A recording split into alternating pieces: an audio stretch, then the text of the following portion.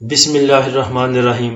Stock की तरफ जाने से पहले मैं एक बात क्लियर कर दूं आपको कि पिछली वीडियो में वो फीपीलीपी को देख के और बाकी जो न्यूज़ आ रही हैं, खबरें चल रही हैं मीडिया पर कि जो शहबाज शरीफ साहब इस्टेब्लिशमेंट और बाकी जो इदारे हैं वो मिल के जो है वो फाइनेंशियल क्राइसिस से निकलने की कोशिश कर रहे हैं। तो उसके साथ जो इंश्योरेंस कंपनियों की बाइंग है, उसके बाद फॉरेन कॉर्पोरेट्स की बाइंग, बैंक्स की बाइंग, उन सब चीजों को देख के मैंने कहा था कि हमें एक नेक्स्ट अच्छा लेवल देखने को मिल सकता है इंडेक्स में। लास्ट सेशन में क्योंकि सिर्फ इंडिविजुअल्स की सेलिंग थी साथ में म्यूचुअल फंड की, तो उसको देख के लग रहा था कि आगे एक अच्छा सिनेरियो बन सकता है। अब कुछ भाइयों के मैसेज आ रहे थे कि इंडेक्स 70,000 पे जाएगा, तो मुझे नहीं पता 70,000 पे जाएगा या 80,000 पे जाएगा। पहले भी वो मुझे किसी ने क्लिप सेंड किया था, वो कोई 3 बंदे हैं यूट्यूब पे बैठ के वो वीडियो बना रहे होते हैं। एक क्लीन शेव वाले भाई हैं, एक की छोटी छोटी सी दाढ़ी और बाकी भी एक साथ 1-2 और बैठे होते हैं। तो जिन दिनों में मैं डरा रहा था लोगों को कि मार्केट से निकल जाएं, अपना प्रॉफिट बुक करें, जो मार्केट ऊपर जा रही है, इंडेक्स ऊपर जा रहा है तो वो खतरनाक होता जा रहा है। तो वो 3 भाई जो बैठे हुए थे उन्होंने कहा था कि इंडेक्स हम नजर आ रहा है कि जैसे 70,000 तक जाएगा। तो उसके बाद इंडेक्स पर चला गया था तकरीबन 58,700 पे या फिर 59,800 पे। तो मैं ये नहीं कहता कि लाजमी इसने नेक्स्ट आपको मूव दिखानी है, लेकिन जो एक सिनेरियो नजर आ रहा है, जो सीन बनता है नजर आ रहा है, जो सब चीजें अगर सब चीजों को मिला के देखें तो उसको देख के लग रहा है कि इंडेक्स जो है वो आगे एक अच्छा मूव बना सकता है, क्योंकि इदारे माल जमा कर रहे हैं तो वो नीचे के रेट्स पे देंगे नहीं।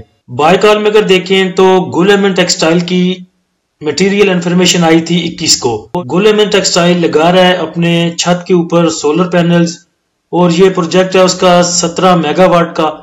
पहले जो चल रहा है ऑलरेडी कंपनी में वो मेरे ख्याल से सिर्फ 0.5 मेगावाट का है और 1.4 मेगावाट जो है वो अंडर इंस्टॉलेशन है। उसके बाद जब ये 17 भी उसके साथ मिल जाएगा तो तकरीबन 19 मेगावाट का जो उनका एक एनर्जी कंजप्शन है वो खुद ही पूरी कर सकेंगे। तो मेरे ख्याल से नेक्स्ट जैसे पाकिस्तान में एनर्जी के मसाइल हैं, जैसे प्राइजेस बढ़ रही हैं, तो उसको लेके लग रहा है कि नेक्स्ट जो एक फ्यूचर है वो अच्छा हो सकता है गुल अहमद का। जुमे वाले सेशन में गुल अहमद की जो डे रेंज है वो 19.40 से लेके 20.5 के दरमियान रही और जो क्लोजिंग है वो 19.70 पे आई।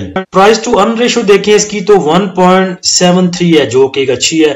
आपको 1 रुपया कमाने के लिए 1 रुपया और 75 पैसे तकरीबन 2 रुपये इन्वेस्ट करने पड़ते हैं। उसके बाद फ्री फ्लोट देखें तो गुलेमन टेक्सटाइल का फ्री फ्लोट भी कम है और बहुत से भाइयों का गुलेमन टेक्सटाइल बड़ा फेवरेट स्टॉक है। वो काम ही सिर्फ इसी में करते हैं, नीचे जाता है तो इसको अकोमोडेट करते हैं और ऊपर जाके इसको सेल करते हैं।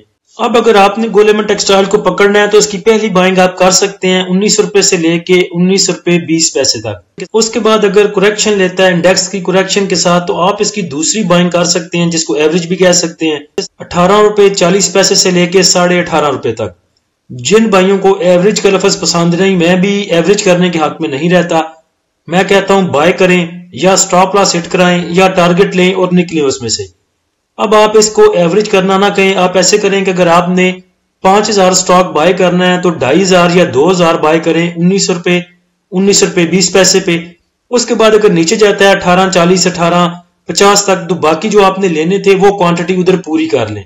तो इसको मैं एवरेज करना नहीं कहता, इसको मैं कहता हूं कि आप 2 टाइम बाय कर लें।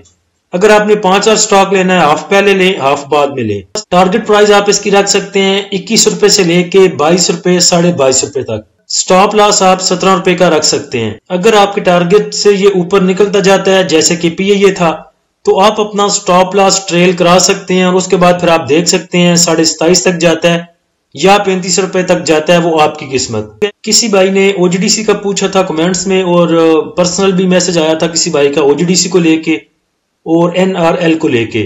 तो ओजीडीसी की क्लोजिंग है 117.71 पे।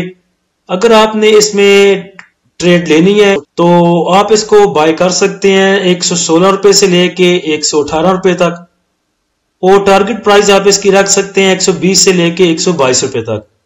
स्टॉप लॉस आप इसमें 115 रुपए का यूज कर सकते हैं। वैसे ओजीडीसी पीपीएल में आजकल जरा मंदी चल रही है, इनको बद्दुआ है पता नहीं किसी की। मुझे ये लग रहा था, ये भी मैं अपना आइडिया शो कर रहा हूँ, ये नहीं कि मुझे कोई इनसाइड स्टोरी पता है या वैसे ही कह रहा हूँ। पिछले सेशन में भी मुझे लग रहा था कि जहां तक इंडेक्स को इंश्योरेंस कंपनियां लेके आ सकती थी वहां तक लेके आ गई। अब नेक्स्ट आगे अगर पीपीएल ओजीडीसी चलते हैं या चलाए जाते हैं तो नेक्स्ट जो है वो एक इंडेक्स अच्छा लेवल देख सकता है। तो ओजीडीसी पीपीएल अभी तक नहीं चले, मुझे लग रहा है कि शायद इससे आगे जब इंडेक्स को लेके जाना हुआ तो ओजीडीसी पीपीएल को चला सकते हैं वो। तो अगर ओजीडीसी पे आपने एंट्री लेनी है तो इन लेवल्स पर ले सकते हैं। नेशनल रिफाइनरी की बात करें तो नेशनल रिफाइनरी आजकल मैं भी एक्युमुलेट कर रहा हूं। पहले मैंने पकड़ा हुआ था एटीआरएल को, एटीआरएल को मैंने जाकर रिलीज किया 378 पे, उससे फिर मैंने एग्जिट लिया और मैं घुस गया एनआरएल में। तो अब एनआरएल को अगर आप पकड़ना चाहते हैं, इसकी जो क्लोजिंग आई है वो आई है 258.27 पे। अगर आपने इसको बाय करना है तो 242 से लेके 245 तक आप इसको बाय कर सकते हैं, और दूसरी बाइंग आप इसमें कर सकते हैं 232 रुपए से लेके 235 रुपए तक। अगर 242 से लेके 245 तक आप इसको बाय करते हैं और ये नीचे नहीं जाता तो फिर आप इसको सेल कर सकते हैं 255 से लेके 260 और फिर 270 तक। और अगर 242 245 से नीचे जाता है और दूसरी बाइंग आप करते हैं 232 235 तक, तो फिर आप इसकी टारगेट प्राइस रख सकते हैं 243 से लेके 270 रुपए तक। स्टॉप लॉस आप अपनी पसली के मुताबिक इसमें यूज कर सकते हैं। मेरे पास जो स्टॉप लॉस है वो तकरीबन 205 रुपए में है, और अगर आप इसको 235 रुपए पे बाय करते हैं तो 205 रुपए तकरीबन 30 रुपए का स्टॉप लॉस, जो कि फिर आपने हिट नहीं करवाना।